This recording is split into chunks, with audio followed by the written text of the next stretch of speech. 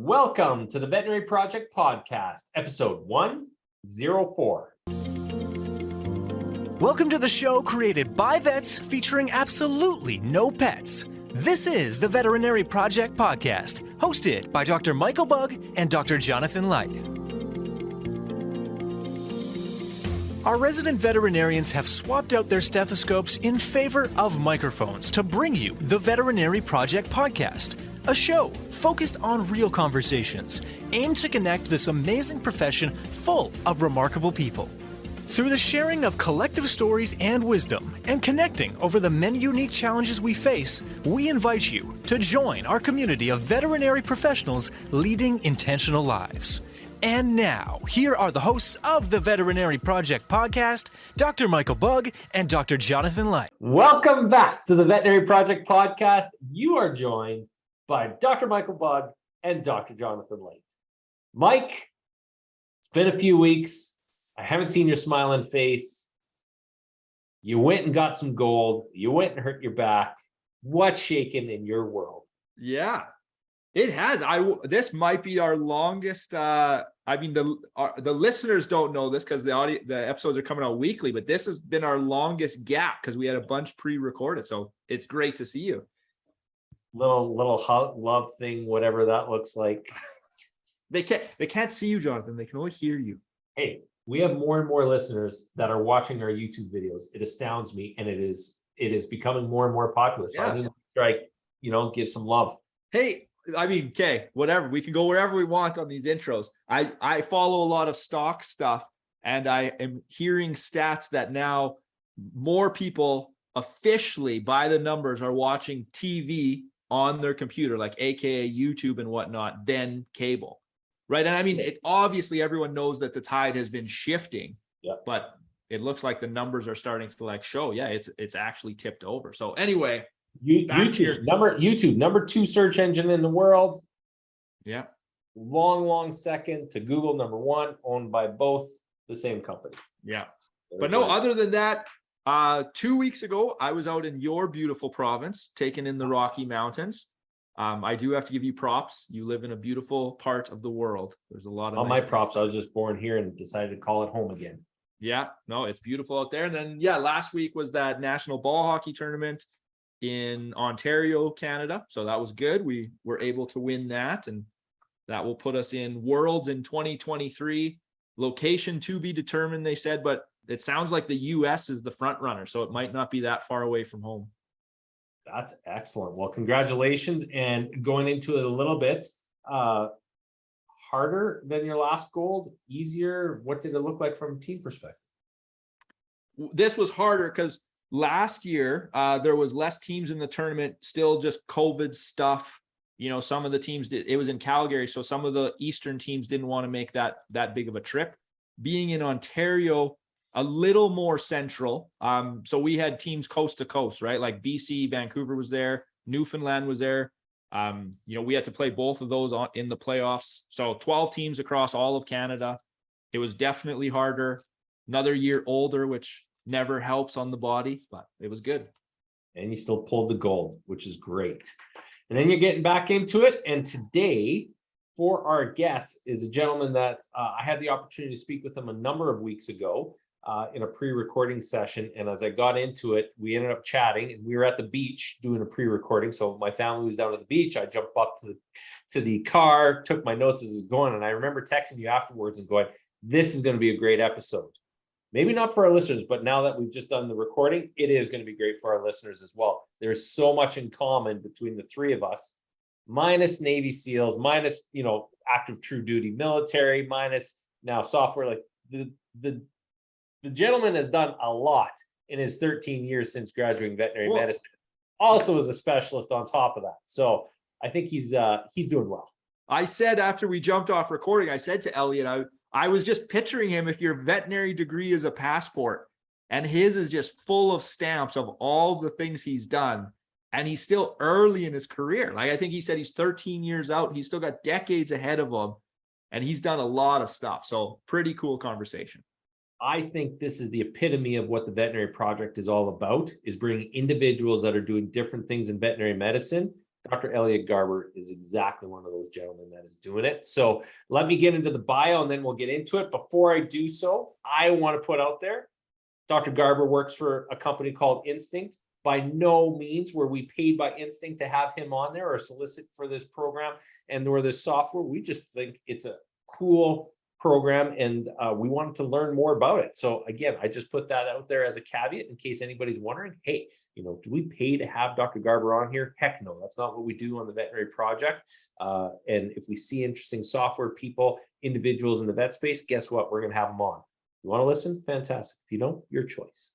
So with that, our bio for Dr. Elliott Garber is a specialist in veterinary preventive medicine and a graduate of Tufts University and University of Virginia. He led and trained teams in clinical practice for 8 years while in the military, including 3 years as veterinarian to the Navy SEALs and their working dogs. His science thriller, The Chimera Sequence, was published in 2015. Elliott built and sold an 8-figure e-commerce and marketing agency before joining Instinct to launch the veterinary industry's first electronic prescribing software. We think you're going to enjoy it. Please get into it. Our conversation with Dr. Elliott Garber.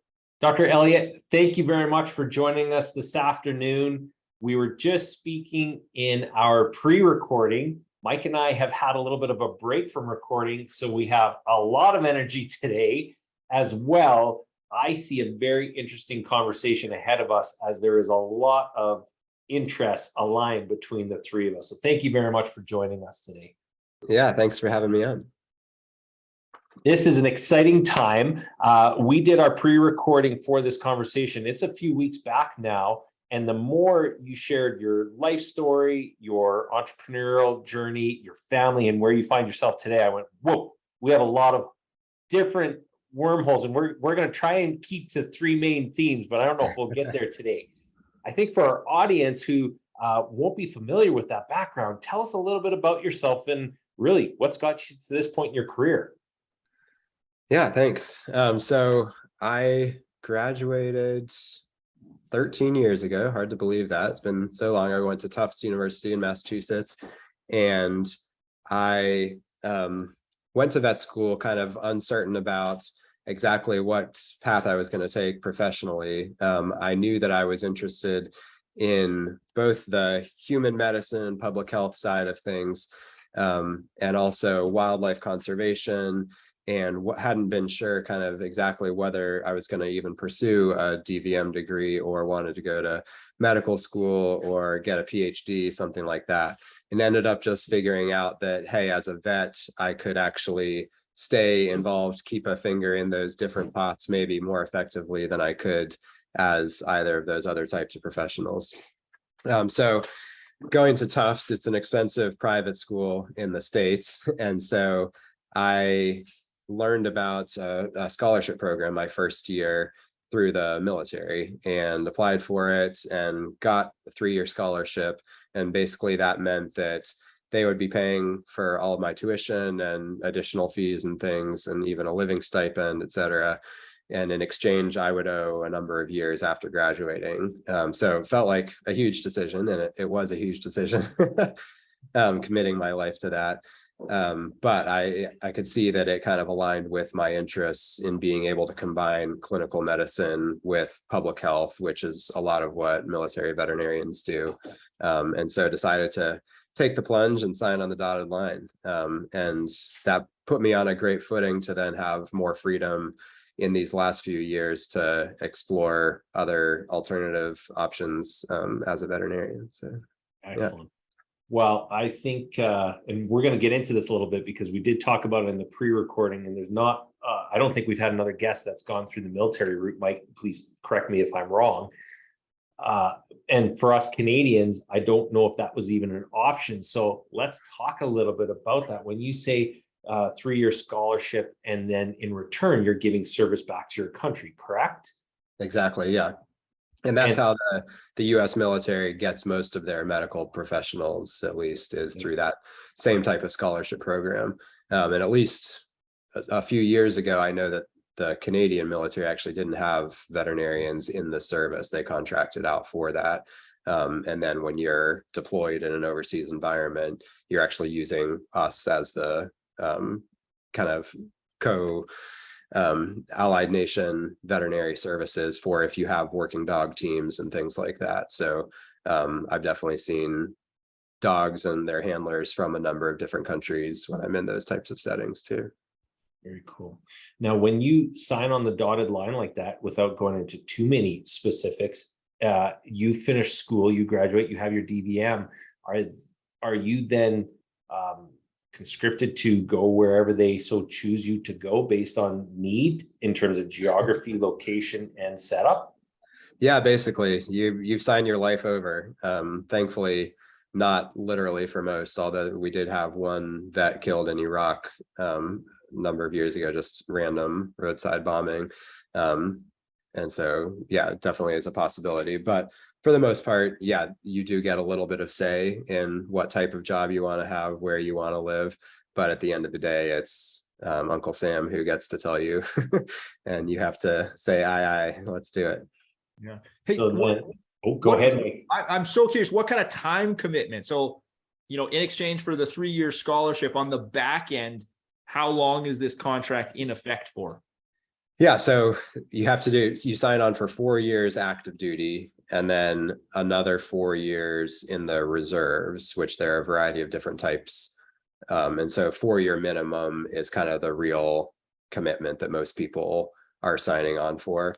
I ended up doing 8 years on active duty because I was kind of able to get assignments that I was excited about and places wanted to be. And so decided to do that full 8-year commitment active. And now I've stayed in as a reservist as well. So I'm still kind of progressing through towards a retirement package as an Army officer, and have, ever since I got off active duty, have actually been connected with a unit based out of Germany. And so I have been going over there every 3 to 6 months or so to train with the unit there, and have done a bunch of missions around Eastern and Southern Europe with that unit since that time. And so that's been kind of a fun way to continue doing something totally different from what I'm doing professionally. And honestly, as an entrepreneur, it's great also because we get all the kind of great military benefits through the military and the stability of a retirement eventually, while letting us pursue things that otherwise I might not have felt like my kind of risk tolerance could be willing to do. That's amazing. And I also would love to add in just a question related to our pre-recording, which was, you had felt public health was the way you wanted to go, and yet with the military, you got actually to get into the operations and running a clinic, which I also thought was pretty badass because you were dealing with some Navy SEALs as well too. Yeah. I honestly never went to vet school thinking that I wanted to be a small animal clinician. I had never volunteered or worked in a small animal clinic before vet school. I had done mostly equine stuff in terms of getting my experience. And so I knew though that signing up with the military, I was going to be kind of forced to become competent in that way. And I'm glad for that. But it was very much a challenge. I don't think I'm necessarily cut out for that most naturally. And so was glad to have the experience in running a clinic. And I don't think that the military necessarily does it the best way, because they put these relatively new grad veterinarians in responsible for running your classic little general practice, oftentimes overseas, where you're the only vet around. And so you're kind of trying to do the business side, the medical side, take care of your soldiers and your civilian employees all together. And it's definitely a challenge for most. It was for me. Did they provide any formal training to that outside of what the academy or whatever your training would look like in order to try and set you up for success, or it was going what we have? For me, I was actually the last graduating class that didn't get as much. We did have kind of a condensed little training out in Texas at Fort Sam Houston for a couple of months to kind of give an overview on how everything works. But actually after that, they instituted a mandatory 1-year internship program. And so every graduating vet who's going to be going into the military starts off at one of the larger veterinary centers with specialists and a lot of more organized mentoring to help them be prepared for success. So that's really good that they're doing that. Last question for our listeners who are going, wow, they've already got off the deep end and we haven't even got to the next part of your journey, is for individuals that are looking at opportunities to offload debt burden. You had signed up after your first year in terms of a scholarship that covered off the remainder of your time. Is that available to those that want to do that, but maybe not sign up until the end of their DVM journey? What does that look like? And again, I'm speaking from a US framework. Yeah. Yes, it depends on kind of what the overall strength and needs of the military are, depending on what's happening in the world and with our federal budget and things like that. But generally, there are always a few slots available for graduated veterinarians who want to come in, and they get a variety of different types of kind of sign-on bonuses and loan repayment programs, to where that can definitely make a big chunk in terms of the payments that you might owe for student loans. So that's very much an option. There is also another option that we have here, not for military service, but for any kind of government or nonprofit service, which is not quite as advantageous, but over a 10-year commitment, basically, you can end up getting most of your loans paid back without having to pay a significant chunk of it yourself. Yes. And depending on, I've spoken with a couple specialists that are gone down that route, depending on what's available, and it's quite the journey they have to undergo. So, to say the least, but options available for those that have some debt burdens that they want to remove and or need to, etc. Exactly. Yeah. Moving forward, then, when you jumped into, so you had 8 years of active duty, and now as a reservist, you have this whole other side of your life also that you were getting into, from an entrepreneurial venture, financial independence. Hey, we're married, we're having lots of kids. What does that look like in the world of Dr. Elliott Garber? Yeah, well, I think I'm honestly kind of was born an entrepreneur, was always thinking of ways to make money involving animals when I was a kid. My science experiments were also always like turtle breeding center, and trying to present a way that like you'd have all these amazing places for the turtles to come out and lay their eggs, then you'd be selling the babies and all that stuff. When I was in middle school, I had a backyard egg business, chicken egg business, and had borrowed money from my parents to build the coop and paid them back over a couple of years, and sold the eggs at my carpool line. So I've always been a little bit unusual in being willing to kind of do the weird things to put myself out there in that way. And so, but I think that for most of my college and vet school and military time, I really had kind of pushed that far into the background, and was mostly considering kind of, okay, how am I going to do this traditional 30, 40-year career, whatever it's going to be, and was very close to going down a different path. I mean, it's very tempting once you're in the active duty military system to just say, hey, you know what, I'm going to do my 20 years, and then you start collecting your retirement benefits right away. And that's a very nice way to gain instant financial independence, basically, at a relatively young age for people.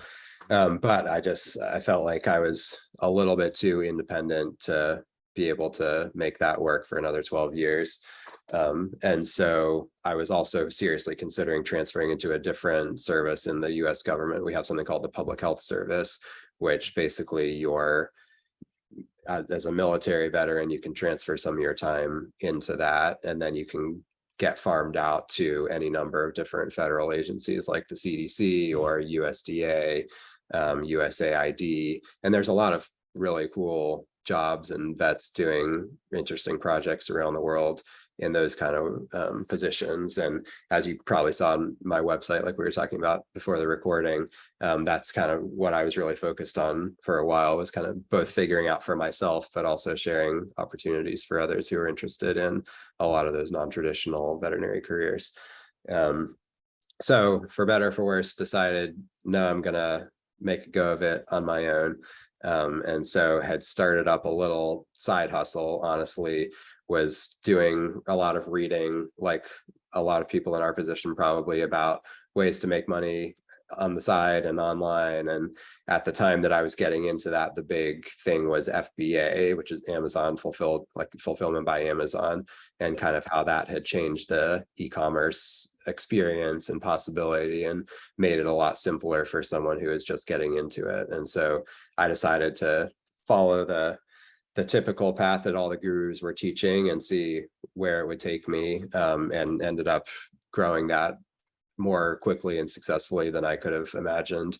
And so that's what I ended up selling a couple of years ago, and then decided, you know what, I'm a little bit tired of physical products because they actually have to be shipped around the country and stored somewhere and cost a lot to bring them over the ocean and things like that. So I've heard software is a much more appealing business model. And at the same time, I was realizing there's some big problems in our industry that were causing vets a lot of pain points, and were coming up every day in discussions that I was part of, that could have kind of a more software type solution. And so decided to pursue that. And that's what took me to the electronic prescribing and brought me into Instinct.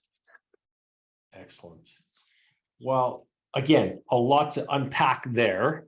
And if I'm jumping back, building out a couple of small businesses, getting the experience, but learning what works and doesn't.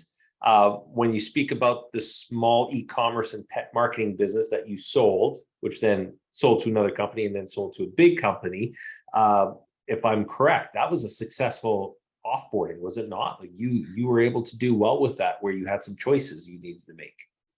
Yeah, it definitely wasn't life-changing or FU money, if you're familiar with that term. But it was enough to make me feel comfortable with kind of taking some more experimental steps. And so I think that's the case for a lot of entrepreneurs and people pursuing financial independence in different ways, is you just kind of have to get to that next step where you're a little bit more comfortable taking the next set of risks and putting yourself out there in different ways. So yeah, that's what it did for me. And so from that standpoint, Elliott, and everybody's got a little bit of a different answer to this, what does you and your wife's, what does financial independence look like to you guys? Yeah, good question. So my wife, Becca, is a nurse by training. She worked for a few years after graduating school, and then we moved overseas to Italy for 3 years with the military, and she wasn't able to work there. And we also just had our second child. And so she's mostly done a few different sides, kind of businesses as well. Since that time, she was into blogging for a while at the same time as I was. And probably both of us should have stuck with it, but it's okay that we didn't.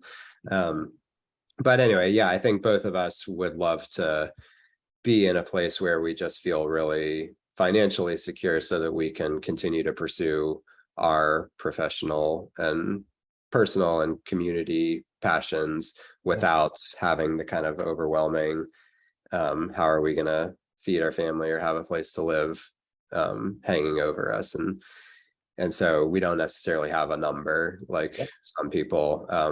I don't like to have a bunch of cash just sitting around. I'm always trying to put it into the next thing. And so I would rather have a bunch of assets that we can be confident are paying for themselves and for the life that we're hoping to have, to give us that freedom to, yeah, it's not that we want to stop working at all. It's, we want to be able to focus on our kids. We have 5 kids, our community, our extended family, and continue to work on things professionally that excite us, and hopefully help take care of the world and make it a better place. So. That's excellent. That sounds like a fulsome whole life and a life of choice as opposed to need, which, you know, is the opposite. Yeah, it's a privilege to be able to think about that for sure. That's it. Did you expect, and again, I'm going down multiple wormholes here. Did you expect your DVM to be able to afford you the ability to make those choices when you first went into it compared to where you've gotten now? Honestly, I wasn't really thinking very much from a financial perspective when I went into it. That's most of us when we go in. Unfortunately. Yeah, I really, and also because my pre-vet experience was somewhat limited, I didn't have much in the way of seeing different lifestyles that different veterinarians had. And so that's probably a really good thing that I didn't get some of the burnout or pressure that I might have felt from other veterinarians working in a more traditional clinic setting. Because I'm not sure if I would have gone that route then. Great answer. When we had spoken about it too, traditional, different ways to financially set yourselves up for success. Real estate, one of them, investing.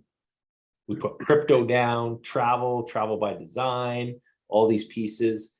Where would you say over the years, and you're 13 years out of school, so is Mike, myself, I'm 12 years out, we're in that same frame of work. Has there been certain aspects of that financial design that's stuck to you that you feel like you've niched out more to now? Yeah, I think over the years, and I've been pretty actively kind of following the financial independence movement and the real estate investment communities online over now 5 to 10 years or so. And so I kind of have melded those two probably as the primary routes for us in terms of kind of, you can't beat the market. So Vanguard index funds all the way, but maybe if you're willing to put in some more individual effort and leverage using what's available with real estate, then you can shortcut yourself a little bit in ways that are advantageous. So yeah, haven't done anything quite as ambitious as I know, Michael, you're taking on in terms of larger properties and things like that, but we own a few small multifamily buildings and individual kind of single family homes that we've tried a variety of long-term rentals and medium-term like travel nurse type rentals and short-term Airbnb type stuff too. So, and without going into the specifics and such, do you find those successful and do you enjoy doing them? And I ask that for our listeners. Going, wow, you've got 3 individuals on this call that have done it. Oh, it must be just easy to do. Yes, I would say overall we find it enjoyable, almost because it feels like you're gaming the system in some way, but you have to understand it's not passive income for what that's worth. Like, it's very much active income. You just have to enjoy the fact that you're researching properties on Zillow at night instead of watching a show or something instead. And so I think I'm really fortunate also that in my wife, we've kind of found a good balance of powers and things that we're good at. And so she's taken on a lot of the more active traditional property management type stuff, whereas I'm the one who does a lot of the work kind of getting it set up to having the asset then for her to kind of take over from there. So that's been fun. And your properties, are they in the same state? Are they in Virginia, or do you have them abroad? Yeah, they are all in Virginia here, which makes it simple from some perspectives. So, yeah. Excellent. Mike, I'm hoarding the questions from this standpoint. I don't usually when it comes to real estate. Well, I mean, I'm enjoying the conversation. I won't push us off the real estate deep end. The thing that's jumping out to me that I'm really enjoying is what you said about all of these pieces that you and your wife are putting together and leading towards this financial freedom. A lot of times people will think like this idea of retirement is like, okay, we shut it all down. We hang out on the beach all day. We've won the game. And it's like, no, it's nothing like that. It's just allowing you to explore more of your interests and make more of an impact. That's what really jumped out for me. Seeing all the pieces you put in and then now what you're jumping into. I think that's very cool. And I think that's when people do their best work and have the greatest impact like on the world, when you have that freedom, to just freewheel because the basics are taken care of. So it's fun hearing your story and seeing it kind of come around to that and then seeing what you're up to now. Yeah, thanks. Well, I've loved the little pieces you've done recently. I don't know if you haven't put them on the podcast, just on your YouTube channel, I think, kind of the shorts about real estate investing and things like that. And so I hope you'll continue with that, because it's great to hear from another vet who is taking some of that to the next level. And yeah, definitely love the learning that you're putting out there for that. Love it. There's mutual bro love going on here. And we've got a new quote in Freewheel, and that is so true, Mike. I wrote that down. But as we go into another section of Elliott, what is your full-time job now, if I'm not correct, in regards to your VP role with Instinct? I before we go into that really, in depth, which we want to as well, is Mike's comment on freewheeling can take on so many different personas, but I'm assuming that financial security allows you then to jump into a startup, as you have, and take those risks, and also be able to have a chance to really do well in an area that does need help and support. I'm putting words in your mouth. Tell me what that looks like to you. And I really am. Yeah, no, I think that's very much true for me. And I think that's a common story you see it, people kind of deriding this sometimes, but it's only like the Ivy League graduates from very wealthy families who can afford to kind of go way out on a limb for entrepreneurship, because they know they have a solid foundation to kind of fall back on.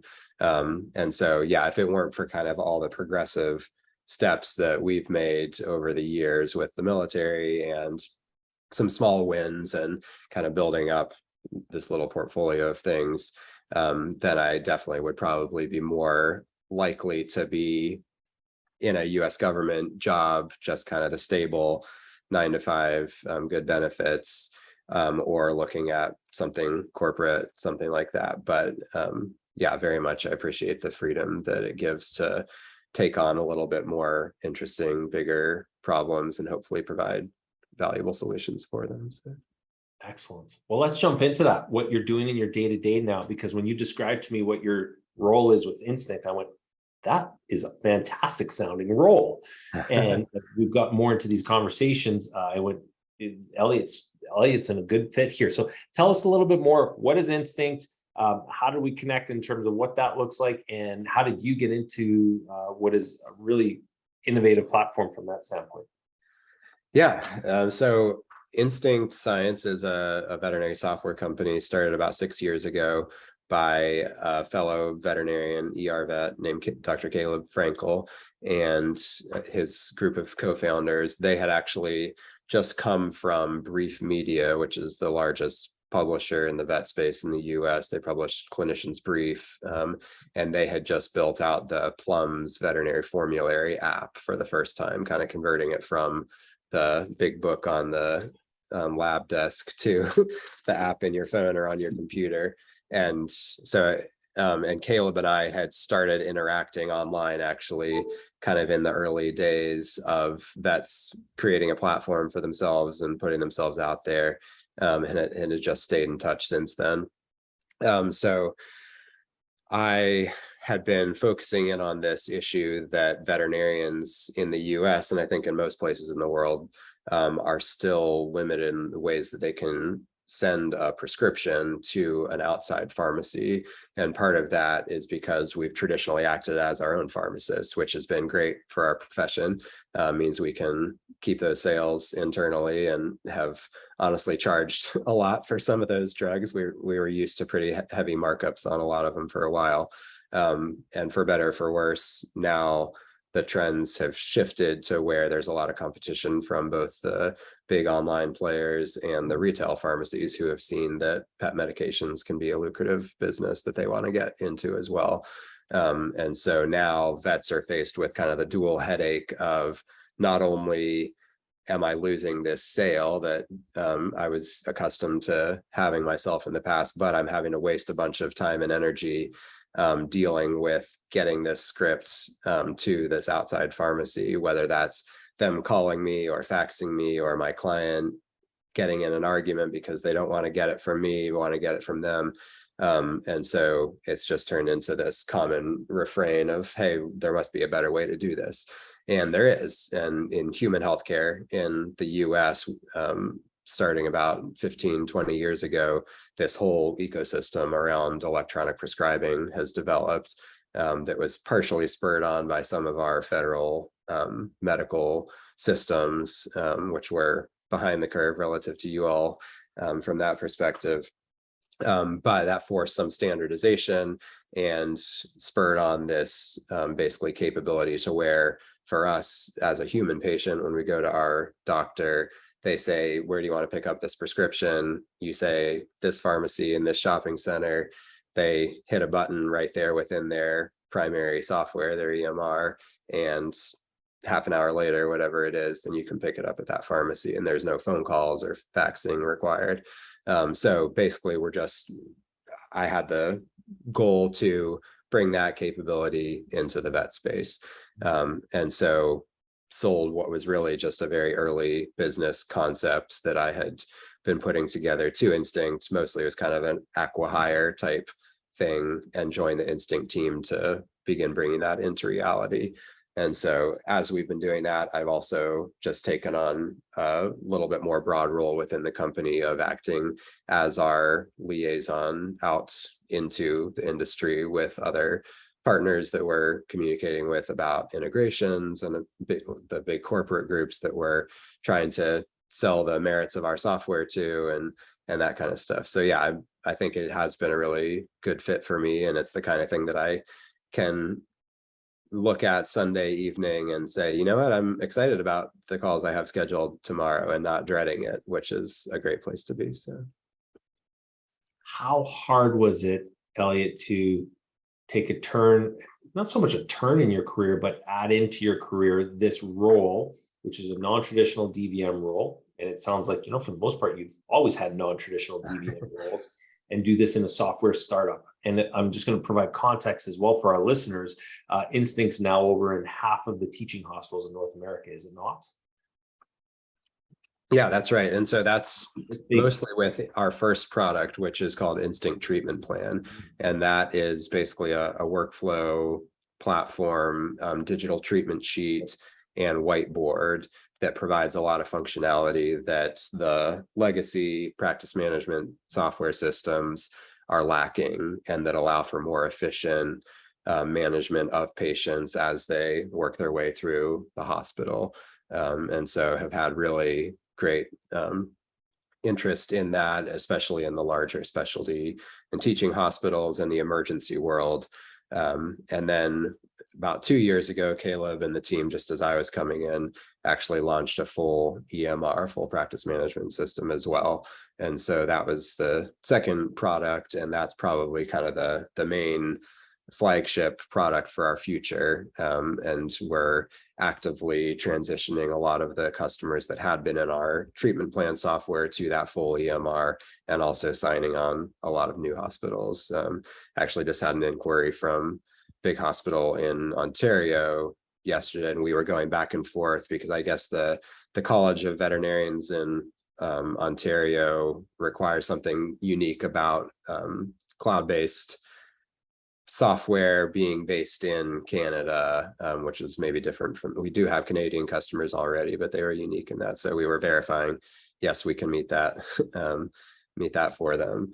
And then the Instinct Scripts, which is the electronic prescribing, is still in beta right now. But that's kind of our third product. And that's a different go-to-market strategy, because that's actually going to be totally free for the vet side of it. And it's just funded by the pharmacies who are receiving those prescriptions. And so we're hoping that makes it really easy and appealing for vets to start utilizing, and also introduce them to some of our other software products too. Excellent. The software game, from an outside perspective, this is a pure opinion only. Depending on the niche area you are in veterinary medicine, can be quite full right now. Where do you see in terms of relationship building, getting involved with whether it's academia or corporate, the challenges as well as the successes you've had for those that may be looking at it from the outside going, I don't even really know what Elliott's talking about. What does he do? Yeah, well, and that's the funny thing. When I talk to anyone in my real life, kind of who's not in the vet space, they're like, why do vets need software? And then, of course, it's, well, every business needs software to run everything in this day and age, from the business functions to the employee scheduling and appointments, and then the medical record and lab testing. And so at the most basic level, that's what we're doing. We're bringing all that together into a really smooth, efficient, fun interface for veterinarians and their staff to use. And I think vets have been done a disservice in the software space for the last few decades, in that we haven't had great options for the most part. And so people have just kind of gotten used to living with all these daily headaches of way too many clicks to get done what you want, inefficient ways that you have to copy and paste stuff around different areas. And so we're trying to bring kind of the ease that people feel when they pick up an iPhone for the first time, and just kind of know intuitively how it works and where you would find something that you're looking for. Want to bring that into the veterinary software space to provide a really unique and fun experience that is totally different from the other options that are out there. Excellent. How do you, in your role, and again, I'm going deeper than maybe I should have, but I will. How are you the guy that's, I'll put it out there, cold calling, or are you the guy that's building the relationship after the cold call? And it's the question following that more important to me is, how have you gained those skills over time, or felt that you've had the confidence to now take that on in what is a really competitive space where there are a number of companies doing, their own version of the same? Yeah, thankfully don't have to do a lot of cold calling, and we're really in a fortunate place in that we haven't done any real marketing yet. 6 years in, it's pretty much all been word of mouth, and people have just said, hey, have you heard of this? It'll really help your team. And so that's how we're spreading around. We totally realize that's going to change as we kind of get to the ends of our first circle of influence and things, but that's what's gotten Caleb and the team to this point, is really just and part of the strategy of starting in the big specialty and teaching hospitals has affected that in a good way too, because you have all the students and the interns and the residents seeing what's possible with veterinary software, and then they go out to their next job and are like, oh my goodness, I cannot like bang my head against the keyboard more. You have to get Instinct. And so that's been a kind of a unique marketing effort. But actually we're trying to hire our first marketing person right now. So if anyone wants to apply, please check out the website and do so, because we want a great fit. Yeah. That's so good. It's so funny you mentioned that. And when we had first connected via LinkedIn and got together, I love conferences. I've been to lots of them. And I absolutely remember my conversation with Caleb at IBEX in 2017 in my previous role. And when I don't usually, I go to lots of conferences. I went, wow, there's something here. I can't use it in Canada right now. And we have an alternative version, which no longer exists, a whole different discussion. But yeah, there was something there. And you could see also his passion for wanting to disrupt in an area at that time, the electronic treatment sheets, which needed absolute disruption, which has happened. So yeah, kudos to you guys, and appreciate what is, like you said, that circle of influence. It makes a big difference in terms of ability to get out there and ahead of people. Yeah, for sure. Yeah. Nice. Mike, before we come to a close, anything to add on that end? Not a whole lot. Very clever going to the specialty training hospitals, because you're absolutely right. Like that's where all the students are going to funnel through. So you get a lot of eyeballs on it. This is probably an unfair or hard question. I'm curious, because I have not seen Instinct like in action. I have no clue what the platform and software looks like. Like what would be a few key features, if you were sort of like that make it different? And you said the ease of an iPhone. Like if I all of a sudden was in a veterinary clinic and Instinct is the software up and running, what would sort of jump out at me? Yeah, so a couple of things come to mind. One is that we're the first and only so far veterinary software to have a full integrated experience with the Plums app data. And so right in our dosing calculator, when the technician or student or whoever it is kind of determining what dose they want to put in to the record for a certain drug, you can pull up the full formulary for any particular drug. You can also print off the client information sheet to get to the client from that point. And so rather than going out to your browser and looking that up separately and then bringing numbers over, and we all know that occasionally when you copy things over, you're going to fat finger, make errors, then you have that built right in. Also in those dosing calculators, we're really unique in that we have what we call decision support tools.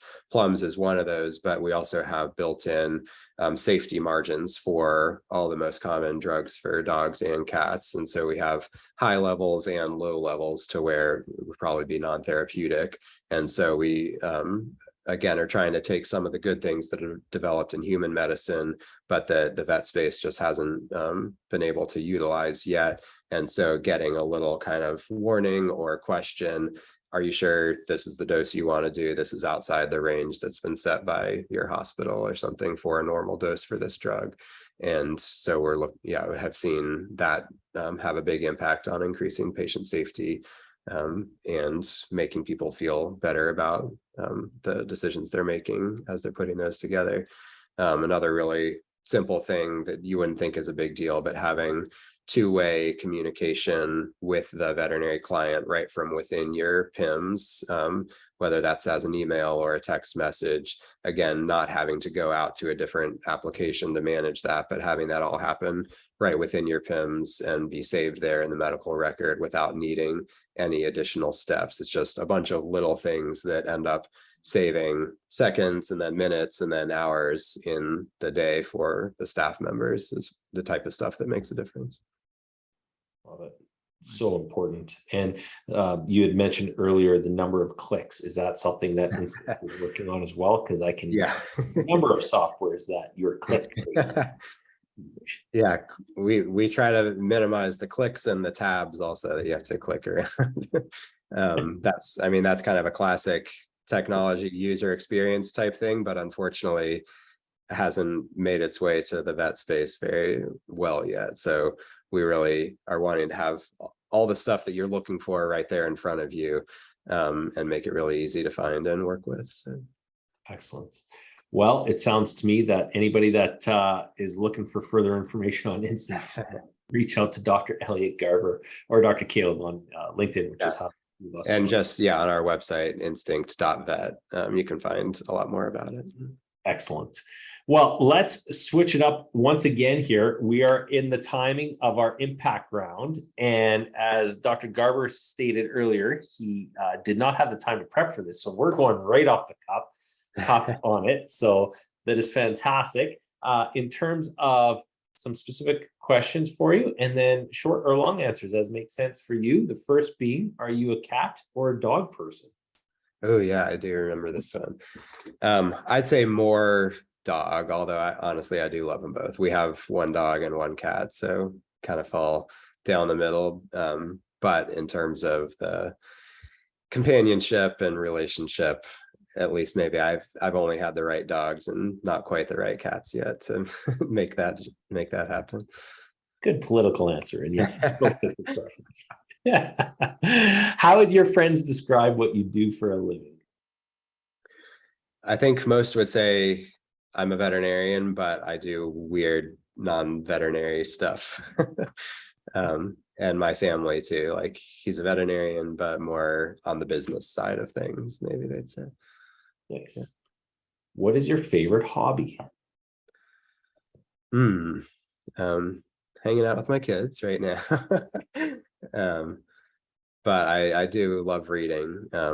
My wife and I always read before turning out the lights at night, after being on our phones for too long, of course, but then we actually pull out a real book and do that. So yeah, I've always been a reader. I love bird watching, for those in the know, and have kind of gone on ups and downs in terms of how seriously I take it. But that's one of the things that I think makes it a great hobby, is that you can make it a lifelong passion, and even old people can be avid birders. And wherever you are in the world, there's always interesting birds doing interesting things. So. Cool. We've not had that mic before. Had that. No, yeah. And I guess I do want to jump in and just say props on, you are also a published author on the reading front, which is very impressive. 2 books. Good job. Yeah, thanks. Love to get back to that too. What in this world are you most grateful for? Probably say my family and the unique kind of blessings that we have the fact that we have the freedom to explore our passions and the people around us and are not worried about our day-to-day sustenance. Excellent. Great way to wrap up the episode. Elliott, it has been a pleasure having you on. I am very excited to see where, you're in the same boat as us in terms of career standpoint. So I think we have a lot left. And again, like you had said earlier, it's not just making it to our day of retirement. It's what can you have as an impact on the world? And it sounds as though you are doing so. So thanks for joining us very much. Yeah, thank you for having me. If there are those that want to reach out to you, where are they best to do so and how? Probably through our main Instinct website, but I'm also on LinkedIn and have an Instagram account, which is mostly just little personal things, not really professional right now. So yeah. Excellent. Well, with that, as always, we leave our last message to our guests. What message would you like to leave for the veterinary community?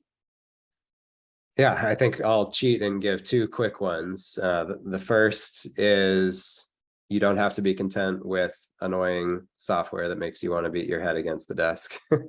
There are better things out there, so take a look and see. And second is that you don't have to kind of cave into the pressure of feeling like you have this overwhelming financial burden that it's impossible to get out of. As I've just heard and been part of so many different stories over the last years, seeing that people who are willing to take on the hard work and make a change for their lives to set themselves up differently. I truly believe that it's possible for almost anyone to do that. And there's so many different ways in this day and age, whether it's real estate or online businesses or unique, non-traditional veterinary career routes. I think that there's something for everyone. So just want to have that little bit of optimism and hope for the future for our colleagues out there. Thank you for listening to the Veterinary Project Podcast. As a recap, on behalf of our hosts, the Veterinary Project Podcast will be releasing new episodes weekly. So be sure to tune in as we bring you more conversations aimed at helping you enjoy a life well lived. If you enjoyed what you heard on the show and you want to stay in the know, please like, love, and or subscribe to the podcast on the listening platform of your choosing, as we're available on all the usual suspects. If you know of others that may benefit from these conversations, we'd love it if you please share the show with them, as this will help us grow our community to reach more and more veterinary professionals. Speaking of which, if you are a veterinary professional and would like to get connected with more like-minded individuals who are joining us on this journey, please send an email to the veterinaryprojectpodcast@gmail.com, and we'll invite you to be a part of our private Facebook group. General feedback, requests for information, or perhaps requests to be a guest on the show can also be sent to the veterinaryprojectpodcast@gmail.com. Dr. Michael Bugg and Dr. Jonathan Light, thank you for listening to the show, and we'll catch you again next week for another episode of the Veterinary Project Podcast. Bye for now.